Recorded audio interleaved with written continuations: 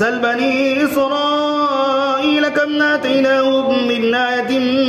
بينة ومن يبدل نعمة الله من بعد ما جاءته فإن الله شديد العقاب. زين للذين كفروا الحياة الدنيا ويسخرون من الذين آمنوا والذين اتقوا فوقهم يوم القيامة والله يرزق من يشاء بغير حساب. كان الناس أمة واحدة فبعث الله النبيين مبشرين ومنذرين وأنزل معهم الكتاب بالحق ليحكم بين الناس فيما اختلفوا فيه وما اختلف فيه إلا الذين أوتوه من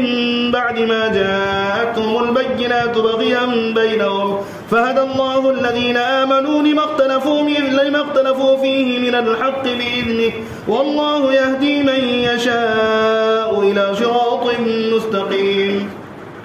أم حسبتم أن تدخلوا الجنة ولما يأتكم مثل الذين خلوا من قبلكم مستهم البأساء والضراء وزلزلوا حتى يقول الرسول والذين آمنوا معه متى نصر الله ألا إن نصر الله قريب. يسألونك ماذا ينفقون قل ما أنفقتم من خير فللوالدين والأقربين واليتامى والمساكين وابن السبيل وما تفعلوا من خير فإن الله به عليم. كتب عليكم القتال وهو كره لكم وعسى أن تكرهوا شيئا وهو خير لكم وعسى أن تحبوا شيئا وهو شر لكم والله يعلم وأنتم لا تعلمون. يسألونك عن الشهر الحرام قتال فيه قل قتال فيه كبير وصد عن سبيل الله وكفر به والمسجد الحرام وإخراج أهله منه أكبر عند الله والفتنة أكبر من القتل. لا يزالون يقاتلونكم حتى يردوكم عن دينكم إن استطاعوا ومن يرتد منكم عن دينه فيمت وهو كافر فأولئك حبطت أعمالهم في الدنيا والآخرة وأولئك أصحاب النار هم فيها خالدون. إن الذين آمنوا والذين هاجروا وجاهدوا في سبيل الله أولئك يرجون رحمة الله والله غفور رحيم. يسألونك عن الخمر والميسر قل فيهما إثم كبير ومنافع للناس وإثمهما أكبر من نفعهما ويسألونك ماذا ينفقون قل العفو كذلك يبين الله لكم الآيات لعلكم تتفكرون في الدنيا والآخرة. ويسألونك عن اليتامى قل إصلاح لهم خير وإن تخالطوهم فإخوانكم والله يعلم المفسد من المصلح ولو شاء الله لأعنتكم إن الله عزيز حكيم. ولا تنكحوا المشركات حتى يؤمن ولا أمة مؤمنة خير من مشركة ولو أعجبتكم ولا تنكحوا المشركين حتى يؤمنوا ولا عبد مؤمن خير من مشرك ولو أعجبكم أولئك يدعون إلى النار والله يدعو إلى الجنة والمغفرة بإذنه ويبين آياته للناس لعلهم يتذكرون. ويسألونك عن المحيض قل هو أذى فاعتزلوا النساء في المحيض ولا تقربوهن حتى يطهرن فإذا تطهرن فأتوهن من حيث أمركم الله إن الله يحب التوابين ويحب المتطهرين. نساؤكم حرث لكم فأتوا حرثكم أن شئتم وقدموا لأنفسكم واتقوا الله واعلموا أنكم ملاقوه وبشر المؤمنين. ولا تجعلوا الله عرضة لأيمانكم أن تبروا وتتقوا وتصلحوا بين الناس والله سميع عليم. لا يؤاخذكم الله باللغو في أيمانكم ولكن يؤاخذكم بما كسبت قلوبكم والله غفور حليم. للذين يؤلون من نسائهم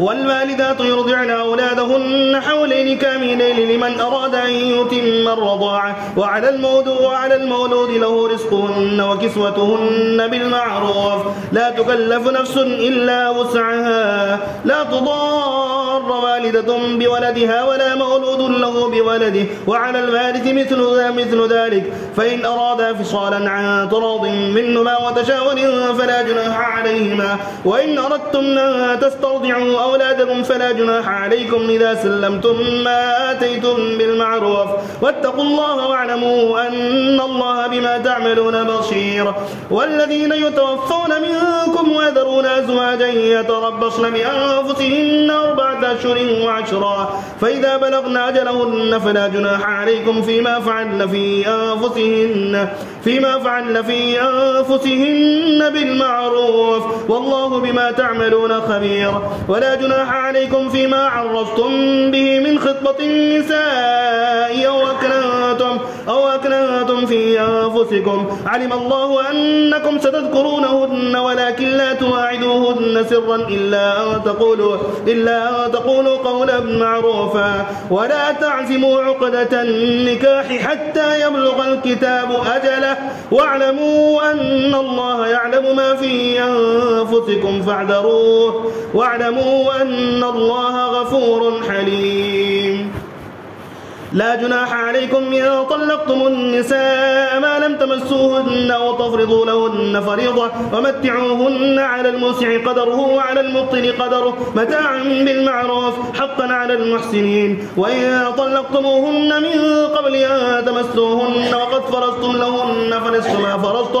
فنصف ما فرضتم إلا أن يعفون أو يعفو الذي بيده عقدة النكاح وأن تعفوا أقرب للتقوى ولا تنسوا الفضل بينكم إن الله بما تعملون بصير حافظوا على الصلوات والصلاة الوسطى وقوموا لله قانتين فإن خفتم فرجالا أو ركبانا فإذا أمنتم فاذكروا الله كما علمكم ما لم تكونوا تعلمون والذين يتوفون منكم ويذرون أزواجا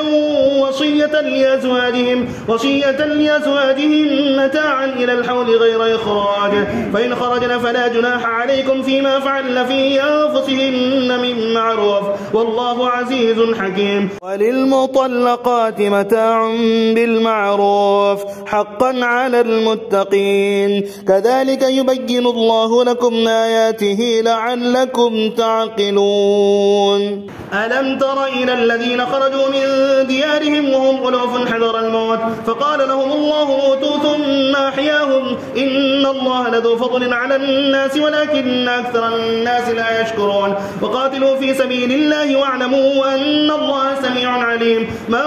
ذا الذي يقرض الله قرضا حسنا فيضاعفه له أضعافا كثيرة والله يقبض ويبسط وإليه ترجعون ألم تر إلى الملأ من بني إسرائيل من بعد موسى إذ قالوا لنبي لهم ابعث لنا ملكا نقاتل في سبيل الله قال هل عسيتم إن كتب عليكم القتال ألا تقاتلوا قالوا وما لنا ألا نقاتل في سبيل الله وقد أخرجنا من ديارنا وأبنائنا فلما كتب عليهم القتال تولوا إلا قليلا منهم والله عليم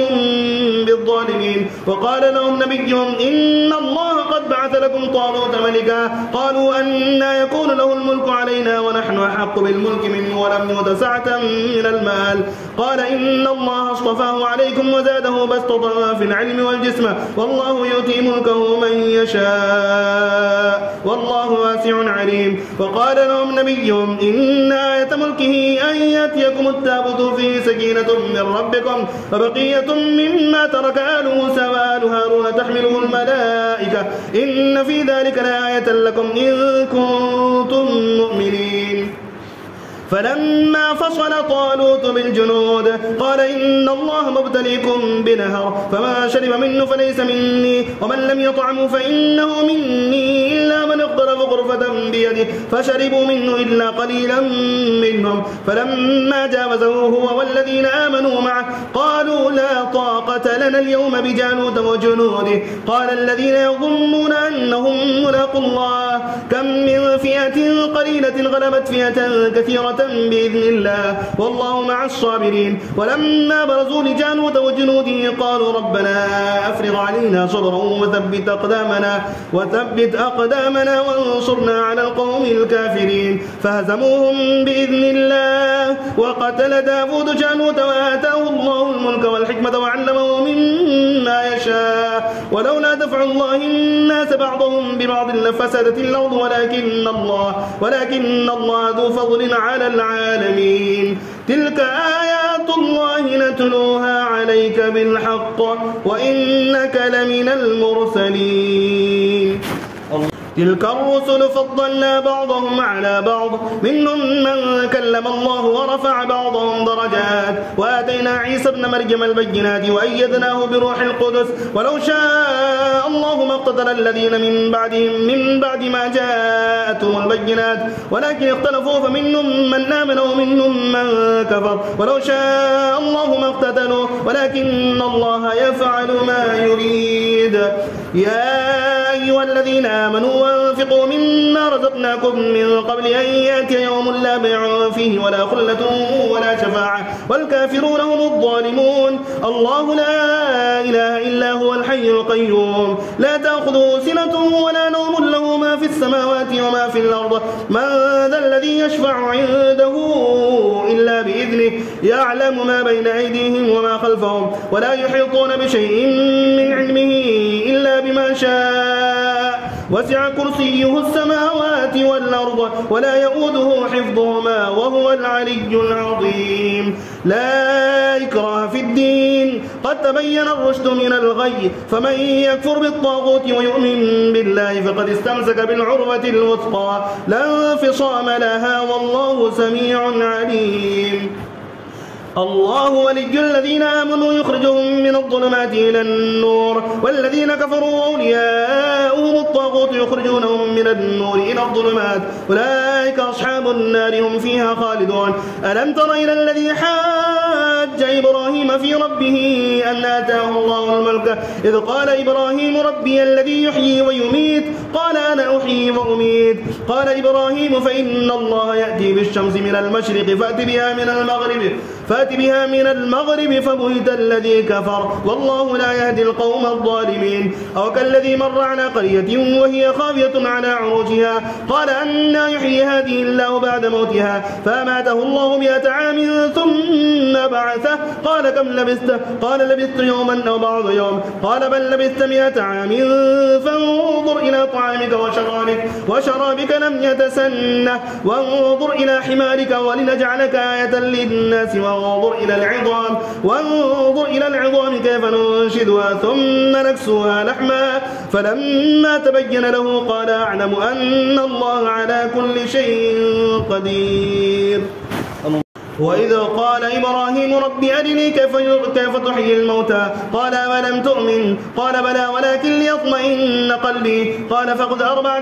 من الطير فصرهن إليك ثم اجعل على كل جبل منهن جزءا ثم ادعهن يأتينك سعيا واعلم أن الله عزيز حكيم. مثل الذين ينفقون أموالهم في سبيل الله كمثل حبة أنبتت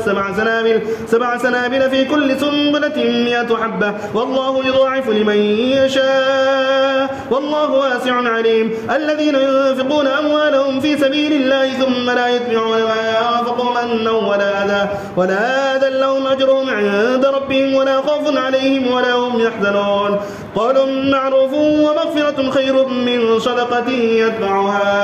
أذى والله غني حليم. يا أيها الذين آمنوا لا تبطلوا صدقاتكم بالمن والأذى كالذي ينفق ماله رئاء الناس ولا يؤمن بالله واليوم الآخر فمثله كمثل صفوان عليه تراب فأصابه وابل فتركه صلدا لا يقدرون على شيء مما كسبوا والله لا يهدي القوم الكافرين.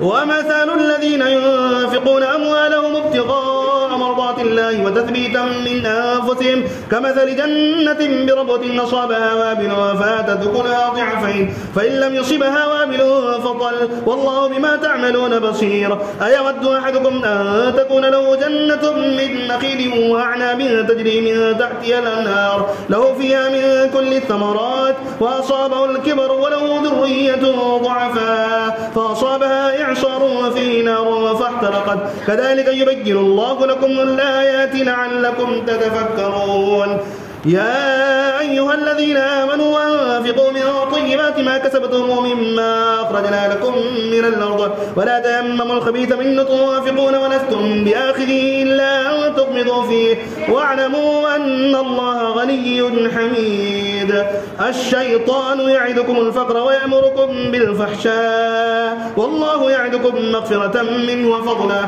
والله واسع عليم. يؤتي الحكمة من يشاء ومن يؤت الحكمة فقد أوتي خيرا كثيرا وما يذكر إلا أولو الألباب. وما أنفقتم من نفقة أو نذرتم من نذر فإن الله يعلمه وما للظالمين من أنصار. إن تبدوا الصدقات فنعما هي وإن تخفوها وتؤتوها الفقراء فهو خير لكم ويكفر عنكم من سيئاتكم والله بما تعملون خبير. ليس عليك هداهم ولكن الله يهدي من يشاء وما تنفقوا من خير فلأنفسكم وما تنفقون إلا ابتغاء وجه الله وما تنفقوا من خير يوفى إليكم وأنتم لا تظلمون. للفقراء الذين احصروا في سبيل الله لا يستطيعون ضربا في الأرض يحسبهم الجاهل أغنياء من التعفف تعرفهم بسيماهم لا يسألون الناس إلحافا وما تنفقوا من خير فإن الله به عليم. الذين ينفقون أموالهم بالليل والنهار سرا وعلانية فلهم أجرهم عند ربهم ولا خوف عليهم ولا هم يحزنون. الذين يأكلون الربا لا يقومون إلا كما يقوم الذي يتخبطه الشيطان من المس ذلك بأنهم قالوا إنما البيع مثل الربا وأحل الله البيع وحرم الربا فمن جاءه موعظة من ربه فانتهى فله ما سلف وأمره إلى الله ومن عاد فأولئك أصحاب النار هم فيها خالدون. يمحق الله الربا ويربي الصدقات والله لا يحب كل كفار أثيم. إن الذين آمنوا وعملوا الصالحات وأقاموا الصلاة وآتوا الزكاة لهم أجرهم عند ربهم ولا خوف عليهم ولا هم يحزنون. يا أيها الذين آمنوا اتقوا الله وذروا ما بقي من الربا إن كنتم مؤمنين فإن لم تفعلوا فأذنوا بحرب من الله ورسوله وإن تبتم فلكم رؤوس أموالكم لا تظلمون ولا تظلمون وإن كان ذو عسرة فنظرة إلى ميسرة وأن تصدقوا خير لكم إن كنتم تعلمون. واتقوا يوما ترجعون فيه إلى الله ثم توفى كل نفس ما كسبت وهم لا يظلمون. يا أيها الذين آمنوا إذا تداينتم بدين إلى أجل مسمى فاكتبوه وليكتب بينكم كاتب بالعدل ولا يأبى كاتب أن يكتب كما علمه الله فليكتب وليملل الذي عليه الحق وليتق الله ربه ولا يبخس منه شيئا فإن كان الذي عليه الحق سفيها أو ضعيفا أو لا يستطيع أن يمله فليملل وليه بالعدل واستشهدوا شهيدين من رجالكم فإن لم يكونا رجلين فرجل وامرأتان ممن ترضون من الشهداء أن تضل إحداهما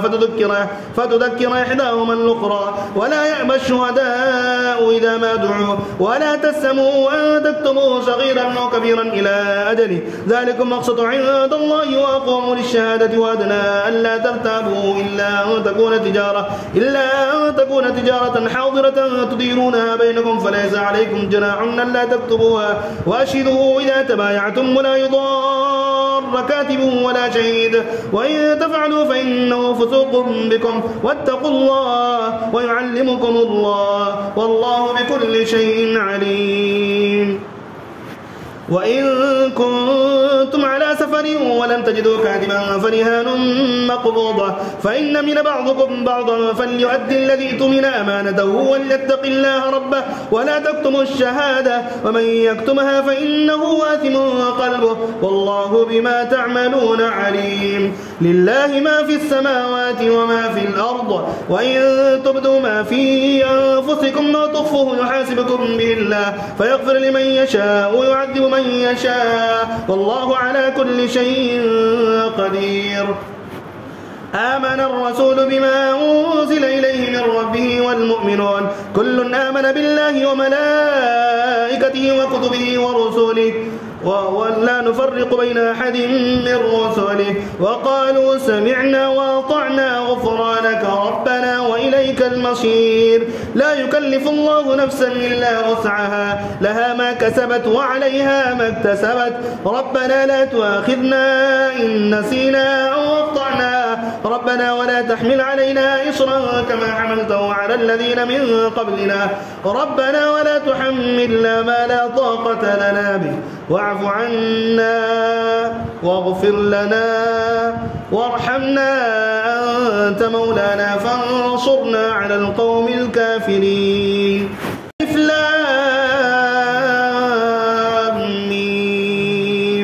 الله لا إله إلا هو الحي القيوم نزل عليك الكتاب بالحق مصدقا لما بين يديه وأنزل التوراة والإنجيل من قبل هدى للناس وأنزل الفرقان إن الذين كفروا بآيات الله لهم عذاب شديد والله عزيز ذو انتقام. إن الله لا يخفى عليه شيء في الأرض ولا في السماء هو الذي يصبركم في الأرحام كيف يشاء لا إله إلا هو العزيز الحكيم. هو الذي أنزل عليك الكتاب منه آيات محكمات أم الكتاب وأخرى متشابهات فأما الذين في قلوبهم زيغ فيتبعون ما تشابه منه ابتغاء الفتنة وابتغاء تأويله وما يعلم تأويله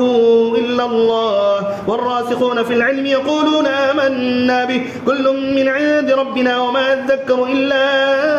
أولو الألباب. ربنا لا تزغ قلوبنا بعد إذا هديتنا وهب لنا من لدنك رحمة إنك أنت الوهاب. ربنا إنك جامع الناس ليوم لا ريب فيه إن الله لا يخلف الميعاد. إن الذين كفروا لن تغني عنهم أموالهم ولا أولادهم من الله شيئا وأولئك هم وقود النار كدأب آل فرعون والذين من قبلهم كذبوا بآياتنا فأخذهم الله بذنوبهم والله شديد العقاب. قل للذين كفروا ستغلبون وتحشرون إلى جهنم وبئس المهاد. قد كان لكم آية في فئتين التقتا فئة تقاتل في سبيل الله وأخرى كافرة يرونهم مثليهم رأي العين والله يؤيد بنصره من يشاء إن في ذلك لعبرة لأولي الأبصار. زين للناس حب الشهوات من النساء والبنين والقناطير المقنطرة من الذهب والفضة والخيل المسومة والأنعام والحرث ذلك متاع الحياة الدنيا والله عنده حسن المآب. قل أنبئكم بخير من ذلكم للذين اتقوا عند ربهم جنات تجري من تحتها الأنهار خالدين فيها وأزواج مطهرة ورضوان من الله والله بصير بالعباد. الذين يقولون ربنا إننا آمنا فاغفر لنا ذنوبنا وقنا عذاب النار. الصابرين والصادقين والقانتين والمنفقين والمستغفرين بالأسحار شهد الله أنه لا إله إلا هو والملائكة وأولو العلم قائما بالقسط لا إله إلا هو العزيز الحكيم. إن الدين عند الله الإسلام وما اختلف الذين أوتوا الكتاب إلا من بعد ما جاءهم العلم بغيا بينهم ومن يكفر بآيات الله فإن الله سريع الحساب. فإن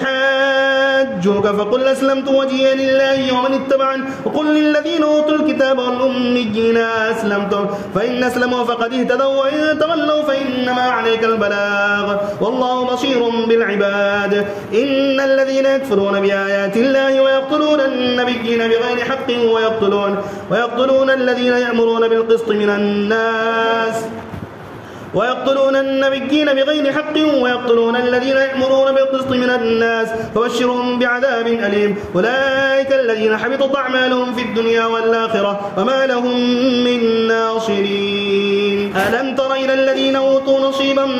من الكتاب يدعون إلى كتاب الله ليحكم بينهم ثم يتولى فريق منهم وهم معرضون ذلك بأنهم قالوا لن تمسنا النار إلا أياما معدودات وغرهم في دينهم ما كانوا يفترون فكيف إذا جمعناهم ليوم لا ريب فيه ووفيت كل نفس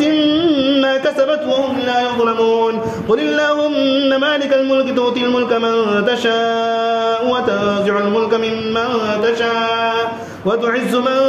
تشاء وتذل من تشاء بيدك الخير إنك على كل شيء قدير. تولج الليل في النهار وتولج النهار في الليل وتخرج الحي من الميت وتخرج الميت من الحي وترزق من تشاء بغير حساب. لا يتخذ المؤمنون الكافرين أولياء من دون المؤمنين ومن يفعل ذلك فليس من الله في شيء إلا أن تتقوا منهم تقاه ويحذركم الله نفسه وإلى الله المصير. قل إن تخفوا ما في صدوركم وتبدوه يعلمه الله ويعلم ما في السماوات وما في الأرض والله على كل شيء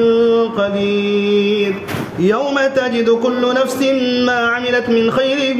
محضرا وما عملت من سوء تود لو أن بينها وبينه أمدا بعيدا ويحذركم الله نفسه والله رؤوف بالعباد. قل إن كنتم تحبون الله فاتبعوني يحببكم الله ويغفر لكم ذنوبكم والله غفور رحيم. قل أطيعوا الله والرسول فإن تولوا فإن الله لا يحب الكافرين. إن الله اصطفى آدم ونوحا وآل إبراهيم وآل عمران على العالمين ذرية بعضها من بعض والله سميع عليم. إذ قالت امرأة عمران رب إني نذرت لك ما في بطني محررا فتقبل مني إنك أنت السميع العليم. فلما وضعتها قالت رب إني وضعتها أنثى والله أعلم بما وضعت وليس الذكر كالأنثى وإني سميتها مريم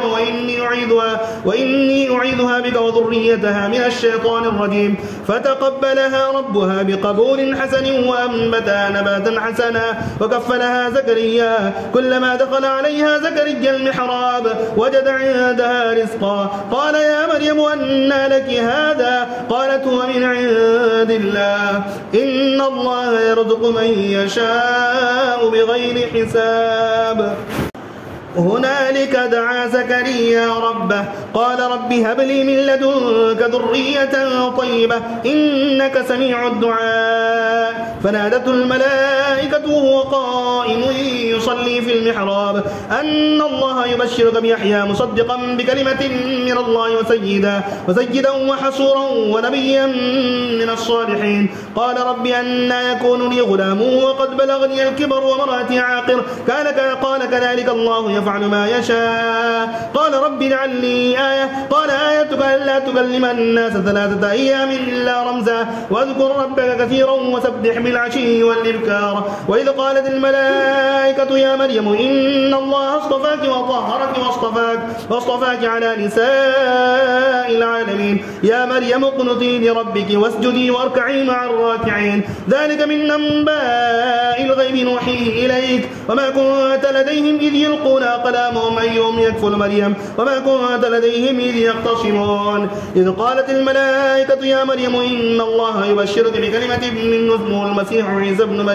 عيسى ابن مريم وجيها في الدنيا والآخرة ومن المقربين ويكلم الناس في المهد وكهلا ومن الصالحين. قالت رب أنى يكون لي ولد ولم يمسسني بشر قال كذلك الله يخلق ما يشاء إذا قضى أمرا فإنما يقول له كن فيكون. ويعلمه الكتاب والحكمة والتوراة والإنجيل ورسولا إلى بني إسرائيل أني قد جئتكم بآية من ربكم أني إني أخلق لكم من الطين كهيئة الطير فأنفخ فيه فيكون طيرا بإذن الله وأبرئ الأكمه والأبرص وأحيي الموتى بإذن الله وأنبئكم بما تأكلون وما تدخرون في بيوتكم إن في ذلك لآية لكم إن كنتم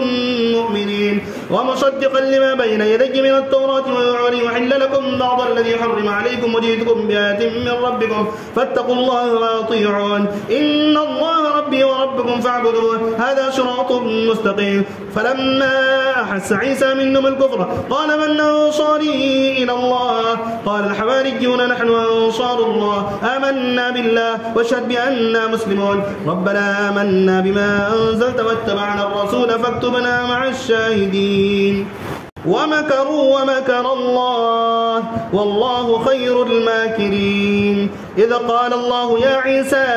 إني متوفيك ورافعك إلي ومطهرك من الذين كفروا وجاعل الذين اتبعوك فوق الذين كفروا إلى يوم القيامة ثم إلي مرجعكم فأحكم بينكم فيما كنتم فيه تختلفون فأما الذين كفروا فأعذبهم عذابا شديدا في الدنيا والآخرة وما لهم من ناصرين وأما الذين آمنوا وعملوا الصالحات فيوفيهم أجورهم والله لا يحب الظالمين ذلك نتلوه عليك من الآيات والذكر الحكيم إن مثل عيسى عند الله كمثل آدم خلقه من تراب ثم قال له كن فيكون الحق من ربك فلا تكن من الممترين ومن حاجك فيه من بعد ما جاءك من العلم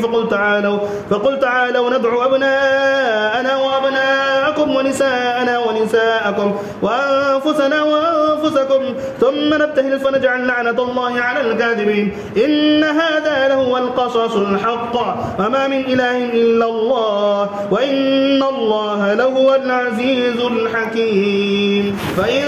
تولوا فإن الله عليم بالمفسدين قل يا أهل الكتاب تعالوا إلى كلمة سواء بيننا وبينكم ألا نعبد إلا الله ولا نشرك به شيئا ولا يتخذ بعضنا بعضا أربابا من دون الله فإن تولوا فقولوا اشهدوا بأننا مسلمون يا أهل الكتاب لم تحاجون في إبراهيم وما أنزلت التوراة والإنجيل إلا من بعده أفلا تعقلون أنتم هؤلاء حاججتم فيما لكم به علم فلم تحاجون فيما ليس لكم به علم والله يعلم وأنتم لا تعلمون ما كان إبراهيم يهوديا ولا نصرانيا ولكن كان حنيفا مسلما وما كان من المشركين إن أولى الناس بإبراهيم للذين اتبعوه وهذا النبي والذين آمنوا والله ولي المؤمنين ودت طائفة من أهل الكتاب لو يضلونكم وما يضلون إلا أنفسهم وما يشعرون يا أهل الكتاب لم تكفرون بآيات الله وأنتم تشهدون الكتاب لم تلبسون الحق بالباطل وتكتمون الحق وأنتم تعلمون وقالت طائفة من أهل الكتاب آمنوا بالذي أنزل على الذين آمنوا وجه النهار واكفروا آخره لعلهم يرجعون ولا تؤمنوا إلا لمن تبع دينكم قل إن الهدى هدى الله أن يؤتى أحد مثل ما أوتيتم أو يحاجكم عند ربكم قل إن الفضل بيد الله يؤتيه من يشاء والله واسع عليم يختص برحمته من يشاء والله ذو الفضل العظيم ومن أهل الكتاب من إن تأمن بقنطار يؤديه إليك ومنهم من إن تأمن بدينار لا يؤديه إليك إلا ما دمت عليه قائما ذلك بأنهم قالوا ليس علينا في الأميين سبيل ويقولون على الله الكذب وهم يعلمون بلى من أوفى بعهده واتقى فإن الله يحب المتقين إن الذين يشترون بعهد الله وأيمانهم ثمنا قليلا أولئك لا خلاق لهم في الآخرة ولا يكلمهم الله ولا ينظر إليهم يوم القيامة ولا يزكيهم ولهم عذاب أليم إن منهم لفريقا يلوون ألسنتهم بالكتاب لتحسبوه من الكتاب وما هو من الكتاب ويقولون هو من عند الله وما هو من عند الله ويقولون على الله الكذب وهم يعلمون ما كان لبشر أن يؤتيه الله الكتاب والحكم والنبوة ثم يقول للناس كونوا عبادا لي من دون الله ولكن كونوا ربانيين بما كنتم تعلمون الكتاب وبما كنتم تدرسون ولا يأمركم أن تتخذوا الملائكة والنبيين أربابا أيأمركم بالكفر بعد إذا أنتم مسلمون وإذا خذ الله ميثاق النبيين لما آتيتكم من كتاب وحكمة ثم جاءكم رسول مصدق لما معكم لتؤمنن به ولتنصرنه قال أقررتم وأخذتم على ذلكم نصري قالوا أقررنا قال فاشهدوا وأنا معكم من الشاهدين فمن تولى بعد ذلك فأولئك هم الفاسقون أفغير دين الله يبغون وله أسلم من في السماوات والأرض طوعا وكرها وإليه يرجعون آمنا بالله وما أنزل علينا وما أنزل على إبراهيم وإسماعيل وإسحاق ويعقوب والأسباط وما أوتي موسى وعيسى وما أوتي النبيون قل آمنا بالله وما أنزل علينا وما أنزل على إبراهيم وإسماعيل وإسحاق ويعقوب والأسباط وما أوتي موسى وعيسى والنبيون من ربهم لا نفرق بين أحد منهم ونحن له مسلمون ومن يبتغي غير الإسلام دينا فلن يقبل منه وهو في الآخرة من الخاسرين كيف يهدي الله قوما كفروا بعد إيمانهم وشهدوا أن الرسول حق وجاءهم البينات والله لا يهدي القوم الظالمين أولئك جزاؤهم أن عليهم لعنة الله والملائكة والناس أجمعين خالدين فيها لا يخفف عنهم العذاب ولا هم ينظرون إلا الذين تابوا من بعد ذلك وأصلحوا فإن الله غفور رحيم إن الذين كفروا بعد إيمانهم ثم ازدادوا كفرا لا تقبل توبتهم وأولئك هم الضالون إن الذين كفروا وماتوا وهم كفار فلن يقبل من أحدهم ملء الأرض ذهبا ولم يفتدى به أولئك لهم عذاب أليم وما لهم من ناصرين.